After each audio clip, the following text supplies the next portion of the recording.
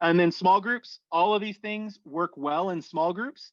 If you have to scale, if you have a lot of people, 25, 30, 50, break up into small groups and then do what's called a liberating structure. I don't think I have liberating structures further in here. You can Google it. Liberating structures has this idea of small groups talking and getting bigger. So it's called 1, 2, 4, all, right? So you as an individual sit and think about what you want to talk about. Make 3 sticky notes about things you want to talk about. Okay, I'm going to pair you up with someone else. You guys compare your notes and decide what 3 things you both agree on you want to talk about.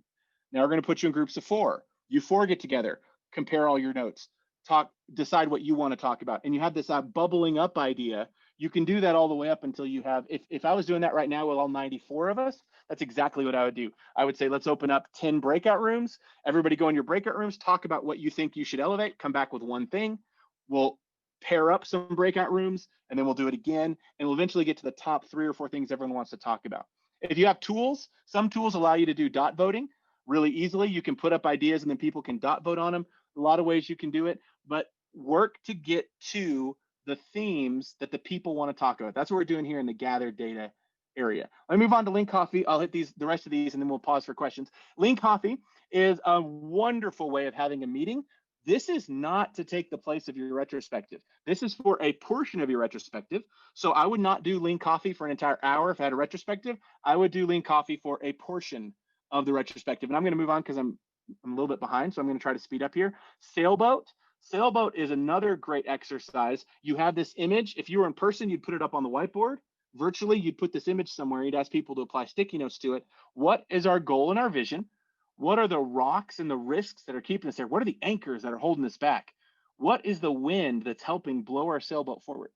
What you're doing is actually a coaching trick. What you're doing is you're taking what would be a scenario that's in front of someone that you could ask them to describe. Hey, tell me what your problems were this last sprint. The code didn't work. This didn't work. What you're doing instead of asking really straightforward questions is you're asking them to mentally step to the side and get a different perspective. If we were on a ship and this ship was headed towards our goal and our vision, what's the anchor that's holding us back? What is it that's keeping us from going full speed ahead? What are the things that are blowing in our sails that are moving us forward? Like, have the team brainstorm on this. There's some pictures down here of a team that I was with that was doing this. They did it in person. We had the sailboat up on the whiteboard, and they filled it with sticky notes. Filled it. So how do we talk about this in retrospective? That's where I would go into dot voting.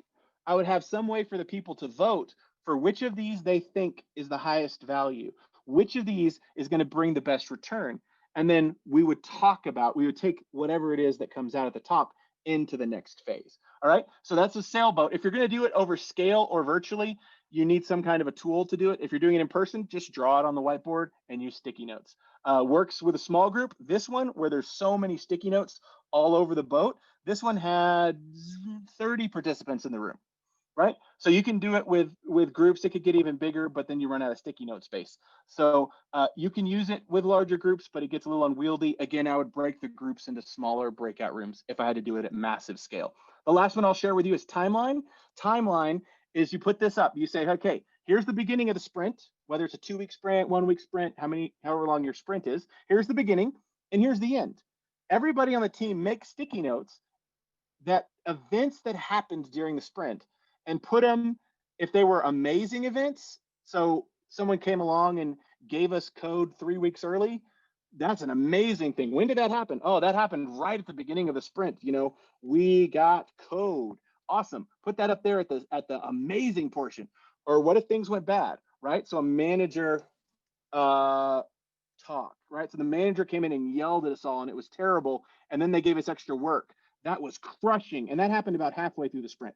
What's going to happen is as people put sticky notes up here, they're going to find here's the high points, here's the low points. And then again, you as the facilitator don't interpret this. Say to the team looking at this timeline, what do you see? What can we take away from here? What do you want to talk about more? And let the team start probing and digging in to the individual items. Again, they can dot vote, or you can allow them the opportunity to talk about ones that bubble to the top. So the idea of all of these exercises, and there's so many more, but all of these, timeline, sailboat, lean coffee, and all of it is to gather data. What are we going to talk about in this retrospective? Ideally, you'd have 1 to 3 things that the team feels like they can talk about and get into in the next phase, which is generate insights. I'm going to pause very briefly. I need to move on to phase 3, but I'm going to quickly look at the chat. Thank you, someone, for putting the Liberating Structures link out there. The retro formats, are you saying that perhaps rotate them occasionally, not to get stagnant? Absolutely. Retro format should be rotated. Don't get stuck with, I'm going to use Mad Sad Glad every time. I would, if I was going to use these 3 and not use any of the other things, lean coffee or other things, I would use Mad Sad Glad 1 retro, then I would use what went well, what didn't go well, then I'd use Start Stop Continue, then I use 3 Ls. The idea is that I'm not approaching it the same way every time, because the team will get stuck again in that rut. So you do want to avoid that. Idea boards work.